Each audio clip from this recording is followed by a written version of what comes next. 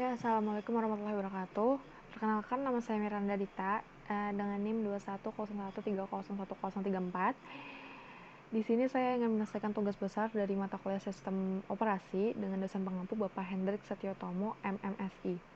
Jadi materi ini tentang software di Linux. Software sendiri adalah sekumpulan data elektronik yang disimpan dan diatur oleh komputer. Data elektronik yang disimpan oleh komputer itu dapat berupa program atau instruksi yang akan menjalankan suatu perintah. Melalui software atau perangkat lunak inilah suatu komputer dapat menjalankan suatu perintah. Jadi aplikasi produktivitas Linux ini ada WPS Office adalah sebuah perangkat aplikasi perkantoran.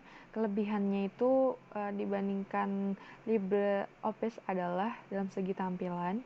Bisa dibilang bahwa WPS merupakan cloning dari Microsoft Office karena tampilannya mirip dengan Microsoft Office 2010 atau 2013. Yang kedua ada LibreOffice. LibreOffice ini merupakan aplikasi yang digunakan oleh pengguna Linux karena aplikasi ini sudah di-include pada banyak distro Linux yang beredar.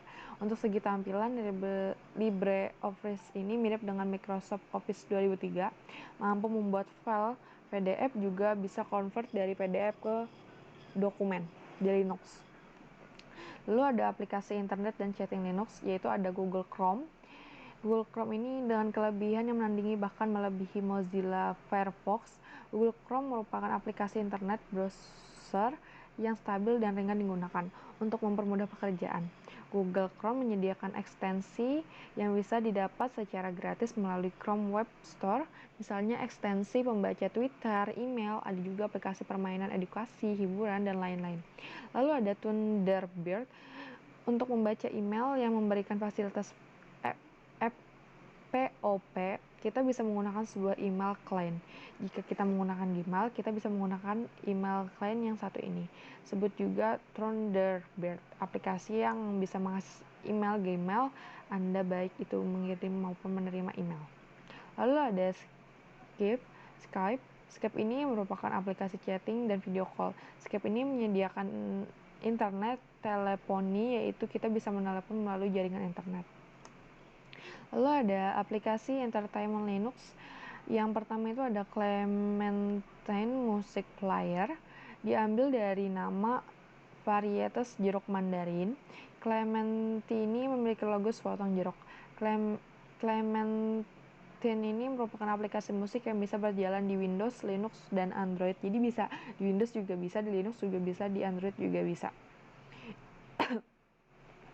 Namun untuk menginstal Clementine ini kita bisa menuju website resminya dan download sesuai versi Linux yang kita miliki.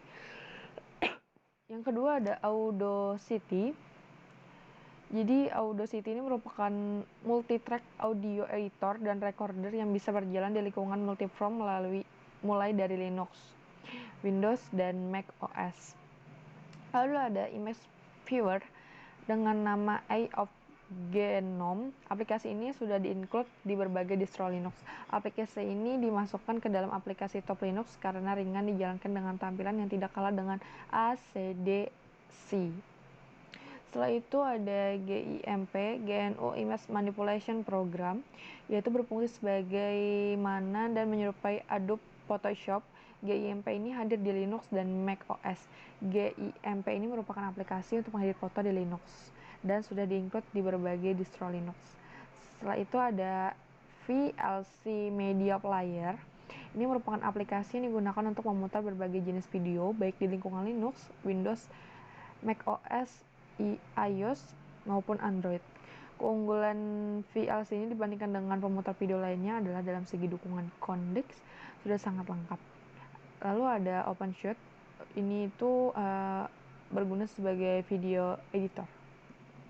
Setelah itu ada aplikasi gaming, itu ada XAMPP Linux yang merupakan produk paketan dari Apache yang di dalamnya ada kemasan produk PHP, MySQL, dan produk XAMPP ini sudah banyak digunakan baik dalam sistem operasi Windows maupun Linux.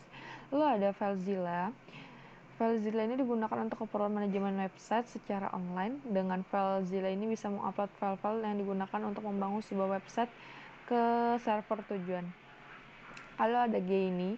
Geany ini digunakan untuk text editor. Kelebihan Gain ini dibandingkan dengan aplikasi teks editor lainnya lebih ringan ketika dijalankan dan banyak fitur-fitur yang tidak terdapat pada aplikasi lain yang seringan Gain. Lalu ada Eclipse. Nah, Eclipse ini merupakan ide untuk Java dan berguna untuk memproduksi aplikasi Java baik untuk platform desktop maupun smartphone. Jika Anda terbiasa dengan NetBeans, maka bisa memakai NetBeans dengan Eclipse maupun NetBeans, keduanya sama-sama IDE.